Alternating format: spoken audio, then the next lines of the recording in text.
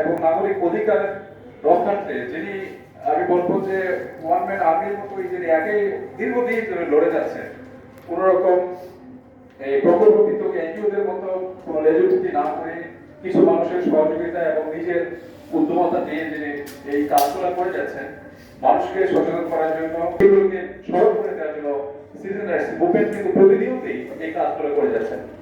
আজকে আমাদের মাঝে উপস্থিত আছেন, আমাদের আছে যে সর্বাঙ্গে ব্যথা ও শক্তি কোথায়।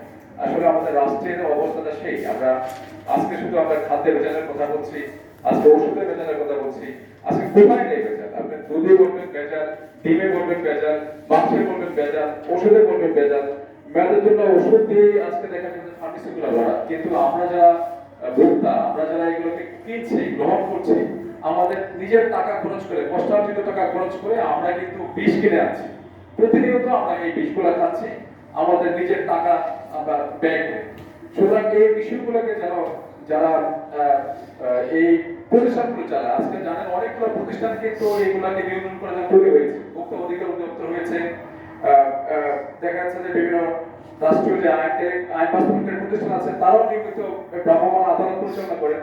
আমরা অনেক সময় দেখি যে এই ভ্রাম্যমাণ আদালতের মাধ্যমে কিছু কিছু প্রতিষ্ঠানকে আজকে জরিমানা করলো, কালকে দেখি তাদের আবার একই আচরণ, তারা কিন্তু আবার সেই একইভাবে বিভিন্ন রকম ভেজাল পণ্য বিক্রি করছে, কিন্তু তাদেরকেই আছে না। তো আজকে যে সিটিজেন রাইটস মুভমেন্ট থেকে আমি বলতে চাই যে যুক্তরাষ্ট্রে যে আইনটা আছে যে খাদ্যে ভেজাল মৃত্যুদণ্ড, সেই আইনটাকে নিয়ে মনে হয় আমাদের ভবিষ্যতে কাজ করে করা উচিত। আমরা এই একটা দাবি যে খাদ্যে যারা ভেজাল দেয় তারা আমাদেরকে এক কথা বলতে হবে, তারা রাজাকার।